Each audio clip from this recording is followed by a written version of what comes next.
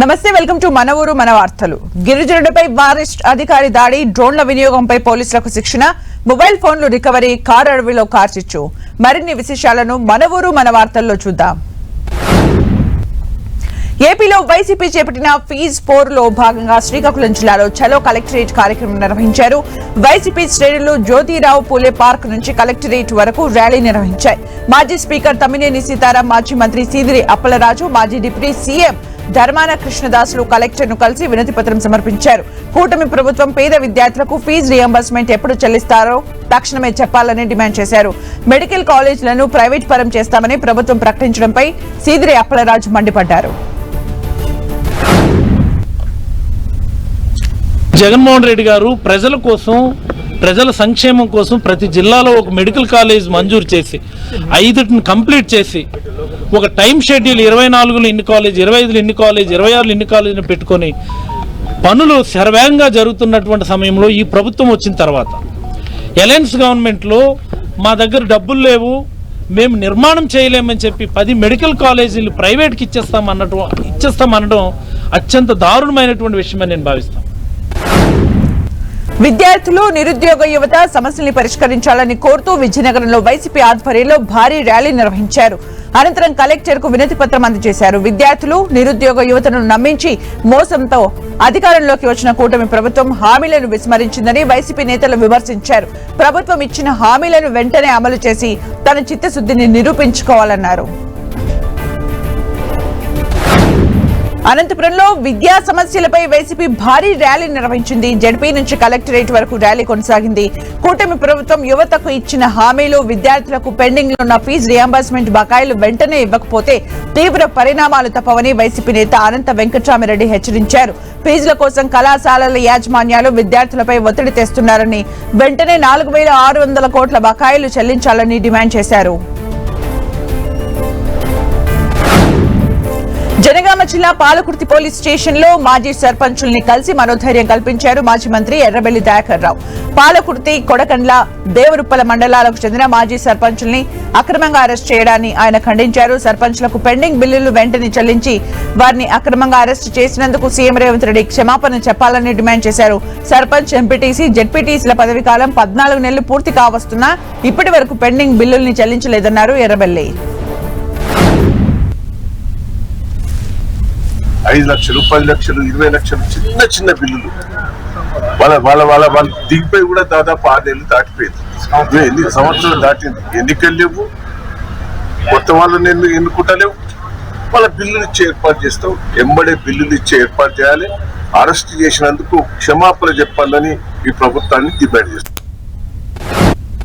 వ్యతిరేకిస్తూ విద్యార్థి సంఘాలు ధర్నా నిర్వహించాయి. తెలంగాణ అనే పదం ఉద్యమానికి ప్రతీక అని, అలాంటిది మాజీ మంత్రి గీతారెడ్డి తల్లి పేరుతో ఈశ్వరిబాయి యూనివర్సిటీగా మార్చాలని చూడటం సరైంది కాదన్నారు విద్యార్థి సంఘాల నాయకులు. తెలంగాణ యూనివర్సిటీ పేరును మార్చడం అంటే తెలంగాణ ప్రజల మనోభావాలను దెబ్బతీయటమే అని విద్యార్థి నేతలు స్పష్టం చేశారు. ఎంతో మంది త్యాగాలు, ఉద్యమ స్ఫూర్తి కలిగిన తెలంగాణ యూనివర్సిటీ పేరును అలాగే కొనసాగించాలని ప్రభుత్వాన్ని వారు డిమాండ్ చేశారు. లేని పక్షంలో తెలంగాణ ఉద్యమ స్ఫూర్తితో పోరాటాన్ని ఉధృతం చేస్తామని హెచ్చరించారు. నంద్యాల జిల్లా పాములపాడు మండలం ఎర్రగూడూరు గ్రామస్తులు అండర్ పాస్ నిర్మాణాన్ని వ్యతిరేకిస్తూ ఆందోళన చేశారు. కర్నూలు, గుంటూరు జాతీయ రహదారిపై బైఠాయించారు. పాత అలైన్మెంట్ లో అండర్ పాస్ బ్రిడ్జ్ ఊసేలేదన్నారు. కొందరి ఒత్తిడితో అలైన్మెంట్ మార్చి అండర్ పాస్ బ్రిడ్జ్ నిర్మించాలని చూస్తున్నారని గ్రామస్తులు మండిపడ్డారు. నేషనల్ హైవే సేఫ్టీ కమిటీ సూచన ప్రకారం అండర్ పాస్ బ్రిడ్జ్ నిర్మాణం చేపడితే ప్రమాదాలు జరిగే అవకాశం ఉందని, అందుకే వ్యతిరేకిస్తున్నామని గ్రామస్తులు తెలిపారు. ములుగు జిల్లా ఏటూరు నాగారంలో అంబేద్కర్ విగ్రహం వద్ద దళిత నేతలు నిరసనకు దిగారు. ముఖ్యమంత్రి రేవంత్ రెడ్డి ఎస్సీ కులాల వర్గీకరణ చేసి చట్టబద్దత కల్పించాలని వారు విజ్ఞప్తి చేశారు. గ్రూప్ పరీక్షలు నిర్వహించాలని, ఆశ్రమ పాఠశాలల్లో హెల్పర్ ఉద్యోగాల భర్తీ నిలిపివేయాలని మాదిగ కుల సంఘ నేతలు డిమాండ్ చేశారు. నల్గొండ జిల్లా ప్రభుత్వ మెడికల్ కళాశాల శానిటేషన్, సెక్యూరిటీ కాంట్రాక్ట్ ఉద్యోగులు ధర్నాకు దిగారు. 3 నెలల నుంచి జీతాలు ఇవ్వడం లేదని, 6 నెలలుగా పీఎఫ్, ఈఎస్ఐ కట్టడం లేదని ఉద్యోగులు తెలిపారు. జీతాలు లేక, ఇల్లు కిరాయి కట్టలేక ఇబ్బంది పడుతున్నామని ఉద్యోగులు చెప్పారు. ఉద్యోగుల సమ్మెపై ప్రిన్సిపల్ స్పందించారు. డిసెంబర్ నెల వరకు కాంట్రాక్ట్ ఏజెన్సీకి బిల్లులు చెల్లించామన్నారు. ఏవన్ ఏజెన్సీ ఉద్యోగులకు జీతాలు ఇవ్వడం లేదన్నారు. జీతాలు చెల్లించే వరకు సమ్మె కొనసాగిస్తామని వారు స్పష్టం చేశారు. బాపట్ల జిల్లా పర్చూరు రెవెన్యూ కార్యాలయం వద్ద నల్లమడ రైతు సంఘం ఆధ్వర్యంలో ధర్నా నిర్వహించారు. వైట్ బర్లీ పొగాకు ధర గత ఏడాదితో పోలిస్తే సగానికి సగం పడిపోయిందని డాక్టర్ కొల్లా రాజమోహన్ రావు చెప్పారు. ప్రైవేట్ వ్యాపారుల నుంచి పొగాకు రైతుల్ని కాపాడేందుకు ప్రభుత్వం చర్యలు తీసుకోవాలని ఆయన డిమాండ్ చేశారు. వైట్ బార్లీ పొగాకును టొబాకో బోర్డు పరిధిలోకి తీసుకువస్తే రైతులకు గిట్టుబాటు ధర కల్పించే అవకాశం కలుగుతుందన్నారు. దీనిపై ప్రభుత్వం దృష్టి సారించాలని ఆయన విజ్ఞప్తి చేశారు. ఔషధ సుగంధ పంటల వ్యవసాయం అనే అంశంపై నిజామాబాద్ లోని తెలంగాణ విశ్వవిద్యాలయంలో రైతులకు అవగాహన సదస్సు నిర్వహించారు. కేంద్రీయ ఔషధ మండలి ఆధ్వర్యంలో ఈ సదస్సు జరిగింది. సుగంధ ఔషధ పంటలు సాగు చేస్తే సమయం ఆదా అవుతుందని, నీటి వినియోగం తగ్గుతుందని శాస్త్రవేత్త డాక్టర్ జ్ఞానేశ్వర్ రైతులకు సూచించారు. నిమ్మగడ్డి, కాశగడ్డి, యూకలిప్టస్, బట్టివేరు, తులసి, కలబంద, అశ్వగంధ, నేలవేము, నేల తంగేడు తదితర ఔషధ మొక్కల సాగుపై రైతులకు అవగాహన కల్పించారు. వ్యవసాయంతో పాటు వాణిజ్య పంటలు వేస్తే రైతులకు అధిక లాభాలు వస్తాయని శాస్త్రవేత్తలు సూచించారు. నిజామాబాద్ జిల్లా దర్పల్లి, సిరికొండ మండలాల్లో వరి క్షేత్రాల్ని కలెక్టర్ రాజీవ్ గాంధీ హనుమంతు పరిశీలించారు. దర్పల్లి మండలం చెరువు తండా శివార్లో, సిరికొండ మండలం పెద్ద వాల్కోటి శివార్లోని రైతులకు చెందిన వరి పైర్లు పాక్షికంగా ఎండిపోయాయి. కేవలం బోరు బావులపైనే ఆధారపడి పంటలు వేశామన్నారు రైతులు. ప్రస్తుతం భూగర్భ జలాలు అడుగంటిపోయి వరి పంటకు పూర్తి స్థాయిలో సాగునీరు అందడం లేదని రైతులు కలెక్టర్ దృష్టికి తెచ్చారు. ఎండుముఖం పడుతున్న పంటలకు సాగు అందించేందుకు వీలుగా ఏవైనా ప్రత్యామ్నాయ మార్గాలు అందుబాటులో ఉంటే పరిశీలించాలని అధికారులకు కలెక్టర్ సూచించారు. దర్పల్లి, సిరికొండ మండలాల్లో ఎన్ని ఎకరాల విస్తీర్ణంలో వరి పంట సాగు చేశారు, ఎంత విస్తీర్ణంలో పంట ఎండిపోయే దశకు చేరింది, మిగతా విస్తీర్ణంలో వరి పంట దిగుబడులు రైతుల చేతికి వచ్చేందుకు ఇంకా ఎంత సమయం పడుతుంది, ఎన్ని తడులు నీరు అవసరమవుతుంది తదితర వివరాలపై కలెక్టర్ ఆరా తీశారు. రబీలో పూర్తి విస్తీర్ణంలో వరి పంట వేయకుండా ప్రత్యామ్నాయ పంటల్ని ఎంచుకునేలా రైతుల్ని ప్రోత్సహించాలని అధికారులకు సూచించారు.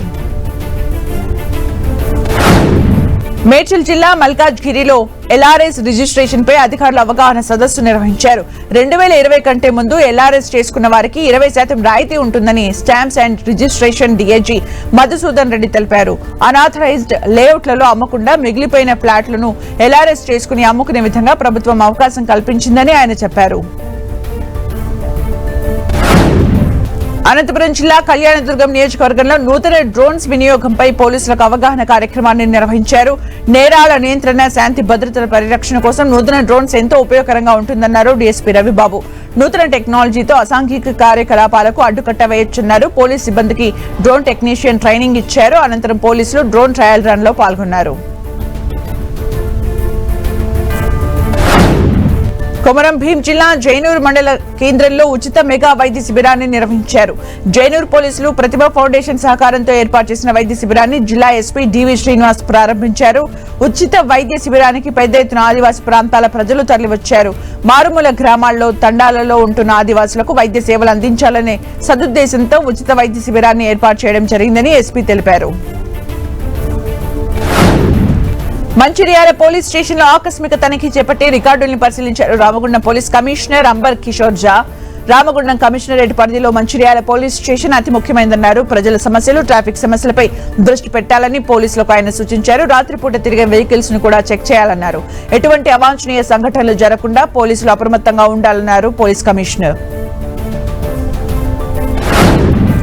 అంబేద్కర్ కోనసీమ జిల్లా రామచంద్రపురం పోలీస్ సబ్ డివిజన్ పరిధిలో మొబైల్ ఫోన్లు రికవరీ చేశారు. 5 లక్షల విలువ చేసే 53 మొబైల్ ఫోన్స్ ను రికవరీ చేసినట్లు డీఎస్పీ రఘువీర్ తెలిపారు. మొబైల్ ఫోన్లు పోగొట్టుకునే వారికి ఆయన స్వయంగా అందజేశారు. వాడకంలో ఉన్న 53 మొబైల్ ఫోన్స్ ను గుర్తించి రికవరీ చేశామన్నారు. మరో 50 మొబైల్ ఫోన్లు రికవరీ చేయాల్సి ఉందని డీఎస్పీ చెప్పారు.